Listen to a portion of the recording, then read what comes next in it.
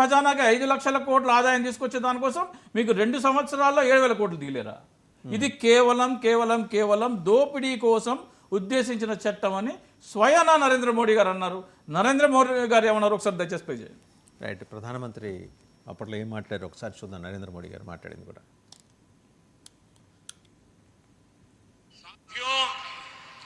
आंध्र प्रदेश में आम चर्चा है कि यहां की सरकार की योजनाओं में घोटाले नहीं होते, बल्कि योजनाएं ही घोटाले के लिए बनाई जाती है।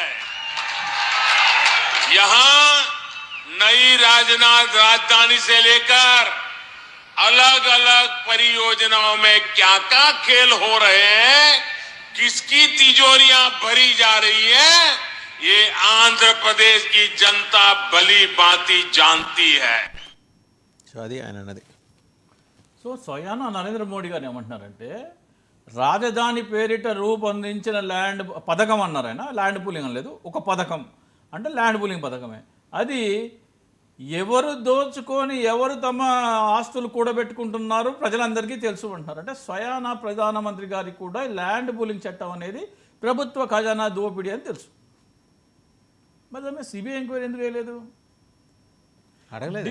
ఢిల్లీ లిక్కర్ చట్టము అమరావతికి ఉన్న పోలిక అంటే చెప్తాను. ఎలాంటి పోలిక అండి? ఇందాక కూడా మీరు అన్నారు. ఇప్పుడు ఇక్కడ అరవింద్ కేజ్రీవాల్ 2022లో ఒక చట్టం తీసుకొచ్చాడు, ఢిల్లీ లిక్కర్ చట్టం. ఆ కొత్త చట్టం ఏం చెప్తుందంటే పాత చట్టంలో డిస్ట్రిబ్యూటర్లకు ఇచ్చే 5% కమిషన్ని 12.5%కి పెంచారు. 7.5% అదనంగా కమిషన్ ఇస్తున్నారు. సో సిబిఐ ఏం చెప్పిందంటే ఈ అదనంగా వచ్చే 7.5% కమిషను ప్రభుత్వ ఖజానాకి రావాల్సింది కదా, ప్రభుత్వ ఖజానాకి రావాల్సిన ఆదాయాన్ని ప్రైవేట్ వ్యక్తులకి పంచడం అనే ఈ చట్టము నేరపూరితము, కుట్రపూరితము, ఖజానాన్ని దోచే చట్టం కాబట్టి ఇతను దోషి అని చెప్పింది. మరి 2013 భూసేకరణ చట్టం అప్లై చేయకుండా ల్యాండ్ పూలింగ్ చట్టం అప్లై తీసుకురావడం అంటే కూడా ప్రభుత్వ ఖజానాన్ని దోచి రియల్ ఎస్టేట్ బ్రోకర్లకు కట్టబట్టే చట్టమే కదా. బట్ ఒకటి ఆ ఢిల్లీ లిక్కర్ స్కామ్కి దీనికి అసలు పొంతనే లేదు కదా. పాత చట్టం బదులు కొత్త చట్టం తీసుకొస్తే ప్రభుత్వ ఖజానాన్ని దోచి ప్రైవేట్ వ్యక్తులకు పంచి పెట్టడం రెండిట్లో అదే సమానం. మీకు ఇక్కడ 2013 ల్యాండ్ అక్విజిషన్ యాక్ట్ ఉంది, దాన్ని అప్లై చేస్తే ప్రభుత్వ ఖజానాకి 5 లక్షల కోట్లు వస్తాయి.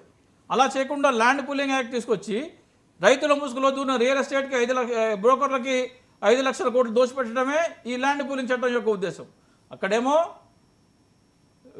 లిక్కర్ డిస్ట్రిబ్యూటర్లకి పంచిపెడుతున్నారు, ఇక్కడేమో రియల్ ఎస్టేట్ వ్యాపారులకు పంచిపెడుతున్నారు. పాత చట్టం బదులు కొత్త చట్టం తీసుకొస్తే ప్రభుత్వ ఖజానాకి నష్టం చేయటం అనేది దురుద్దేశపూర్వకము, దోపిడీతో కూడుకున్నదని సిబిఐ భావిస్తుంది. ఓకే, మరి అలాంటప్పుడు సిబిఐ ఇంటర్వ్యూన్ కావాలని ఎవరు అడగలేదు కదా, ఈవెన్ వైసీపీ కూడా అడగలేదు కదా. వైసీపీ కూడా అడగలేదు, సిబిఐ కూడా మన బీజేపీ కూడా ఇనిషియేటివ్ తీసుకోలేదు. ఎందుకు చేయదు? గతంలో చేయలేదు. సరే, అది అయిపోయింది. ఇప్పుడు కొత్త భూ సమీకరణకు మళ్ళీ కొత్తగా ఒక నోటిఫికేషన్ ఇచ్చారుగా. పాతదే 5 లక్షల కోట్ల దోపిడీ అంటే అది ఎలాగో పోనీ అయిపోయింది అనుకుందాం. అది ఎలా అవుతుందండి? ఇప్పుడు మీరు 2G స్పెక్ట్రమ్ కేసు ఉంది.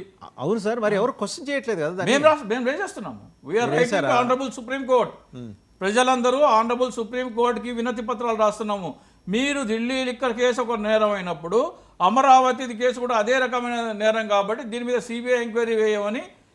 అలాగే ఐ థింక్ సిబిఐకి కొన్ని నామ్స్ ఉన్నాయి. సర్టన్ నెంబర్ ఆఫ్ పీపుల్ వాళ్ళు కంప్లైంట్ చేస్తే కానీ they will not start probing into that. మేమేమంటున్నామంటే 1000 మందో 10,000 కూటమి ప్రభుత్వంలో చంద్రబాబు నాయుడు భాగస్వామి కాబట్టి వాళ్ళకి ఏమైనా ఇబ్బందులు ఉన్నాయేమో కాబట్టి ప్రభుత్వం తీసుకోవట్లేదేమో, వాళ్ళకు ఉన్న ఇబ్బందులు ఉన్నాయో లేకపోతే వాళ్ళ నోటీసులు లేదో మనకైతే తెలియదు. కానీ మేము గౌరవ సుప్రీంకోర్టు ప్రధాన న్యాయమూర్తి గారికి రాస్తున్నాం. ఏమని చెప్తున్నాము?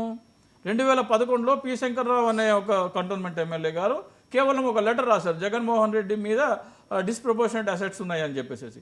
ఆ లేఖ ఆధారంగా సిబిఐ ఎంక్వైరీకి ఆర్డర్ చేసింది న్యాయస్థానం. సో అదే ప్రామాణికంగా తీసుకొని మా లేఖల ప్రామాణిక ఆధారంగా సిబిఐకి ఆదేశించమని మేము రాస్తున్నాము. చాలామంది మా సోషల్ మీడియాలో మేము గ్రూప్స్ ఫామ్ చేశాము. దాదాపు ఇప్పటిదాకా ఒక 1000 లెటర్స్ అయితే ఉంటాయి. 1 మిలియన్ లెటర్స్ రాయాలనేది మా టార్గెట్. సో ఎవరికైనా సరే ఈ వినతి పత్రం నమూనా కావాలంటే నాకు ఈమెయిల్ చేయండి.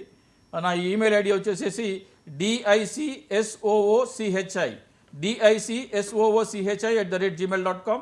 ఈ వినతి పత్రం నమూనా మీ గ్రామంలో ఎంతమంది వీలుంటే అంతమంది, మీ వార్డులో, మీ డివిజన్లో, మీ అపార్ట్మెంట్లో ఎంతమంది వీలుంటే అంతమంది లేఖలు తీసుకొని 4 పేజీలు ఉంటాయి.